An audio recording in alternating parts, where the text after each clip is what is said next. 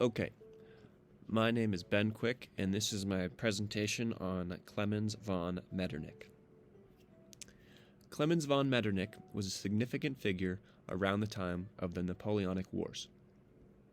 He had great influence on political endeavors and the European power struggle in the 19th century. He was one of the great diplomats of his time and changed the world he lived in.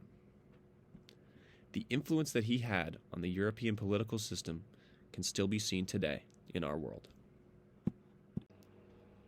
Klemens von Metternich was born on May 15, 1773, into the Holy Roman Empire. He was born into a wealthy family, with his father being an Austrian ambassador.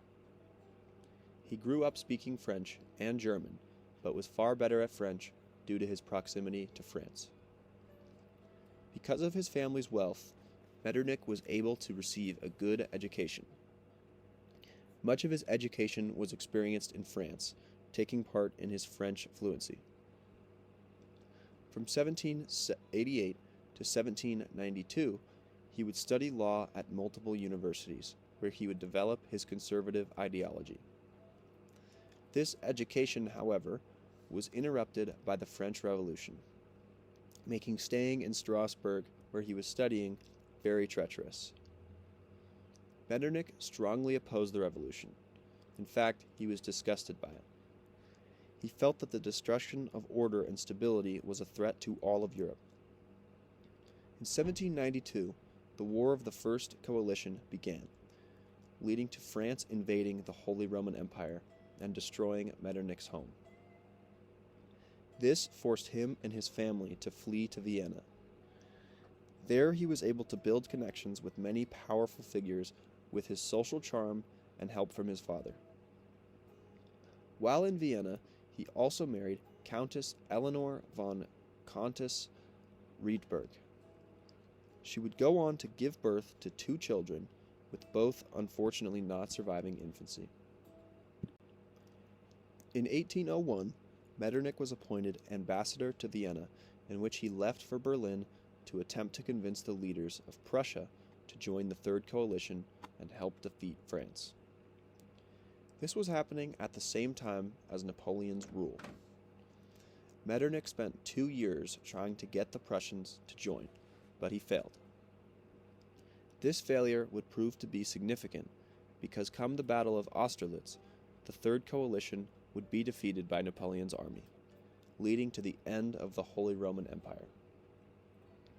It cannot be known whether or not the Prussians' involvement in this conflict would have changed the outcome, but it may have, making this a big blunder for Metternich.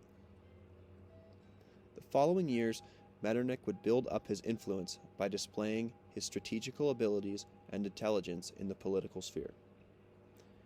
In 1809, he was granted the role of foreign minister to the Austrian Empire.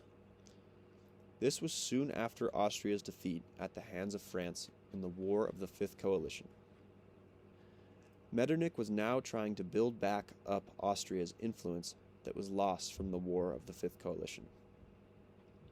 He aimed to build connections with the main powers in Europe and started to propose peace talks between them.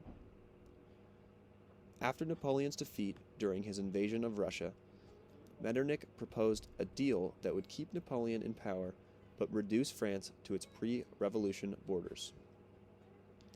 Napoleon declined that offer and was defeated by the Sixth Coalition in Paris in 1814. Now that Napoleon was defeated and exiled, Europe was in a time of peace. Now Europe needed to figure out how to move forward. For this reason, the Congress of Vienna was created in 1814. The Congress of Vienna was a diplomatic gathering between the major powers in Europe, created to ensure stability and a balance of power. Each country, Russia, Prussia, Austria, France, and Great Britain, would send a representative to the Congress to discuss the best actions to take to ensure long-lasting peace. Metternich was still foreign minister of Austria, and he convinced the other members of Congress for it to be held in Vienna, making him in charge. Metternich intended to balance the power of Europe by weakening France, but not so much that it created a power vacuum. He couldn't let Russia and Prussia get too strong because that would disrupt the balance of power. Metternich designed the Congress of Vienna to suit his strengths of diplomacy. There would be frequent social gatherings among European representatives where he would essentially work the crowd and impose his charm to achieve what he desired. With this approach, Metternich and other members of the Congress were able to greatly influence decision-making and reshape Europe. Metternich and the Congress created the Congress system, which would reshape the way decisions were made among the major powers of Europe. It was a system in which all the powers would come together annually and create conditions for peace, as well as create and enforce new policies. The Congress also aimed to suppress ideas of nationalism and revolution and promote conservatism. They felt that revolution was a disruption to the natural order and that Enlightenment ideas had led to more revolution. The Congress was in support of monarchs and empires against the liberal ideas of Enlightenment. The Congress of Vienna would be Metternich's most significant contribution to history, with the system he designed being put in place and lasting for around 100 years, only coming to an end with World War I. But it would ultimately fail to suppress the spread of liberal ideas and nationalism. With the Congress of Vienna disbanding in 1815, Metternich returned his focuses to Austria. He aimed to suppress revolutionary ambitions. He created secret police to monitor speech and suppress nationalist ideas. He was soon made the Chancellor of Austria. As Chancellor, he would continue to limit free speech in Austria. His secret police would infiltrate institutions, social groups, and schools. They would be a strict, oppressive force of surveillance. They would arrest and interrogate citizens in Austria without due process. As well as suppressing the masses with secret police, Metternich would restrict citizens' civil liberties as well. He diminished the principles of freedom of speech and freedom of assembly. He would have anyone suspected of voicing revolutionary ideas to be interrogated or arrested. He also outlawed public demonstrations of protest. Metternich even went as far as to hinder the flow of information through the suppression of media. Things like books, newspapers, and other things needed approval from the government to be published. These measures were all done in the name of stability and peace, according to Metternich, but it stirred up great resentment towards him. Soon, a series of rebellions would take place from 1830 to 1831 in Belgium, Poland, and France, leading to the July Monarchy. After this, Austria and the other European powers would crack down more on the ideas of rebellion and agree with the suppressive ideas of Metternich. In 1848, with the overthrowing of the July Monarchy, rebellion spread to Austria. With no end in sight to Metternich's rule, a mass insurrection was on the way. Metternich was forced to resign as Chancellor, and he fled to London.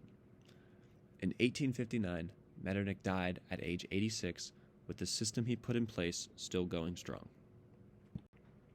Metternich and his creation of the Congress of Vienna greatly affected the course of history in Europe.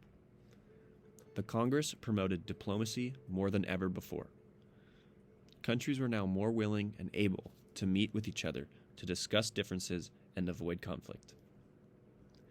Because of this new precedent that was set, Europe was able to avoid another major war for about 100 years after the creation of the Congress of Vienna. The Congress laid out a blueprint for future organizations like it. The League of Nations and the United Nations are prime examples. It also greatly emphasized the idea of balance of power, which is reflected heavily in the United States Constitution, with the idea of separation of powers. Despite Metternich's flaws in the way he ruled, the long-lasting effects of his time in politics were more or less positive. The world today would be a very different place without Klemens von Metternich and the Congress of Vienna.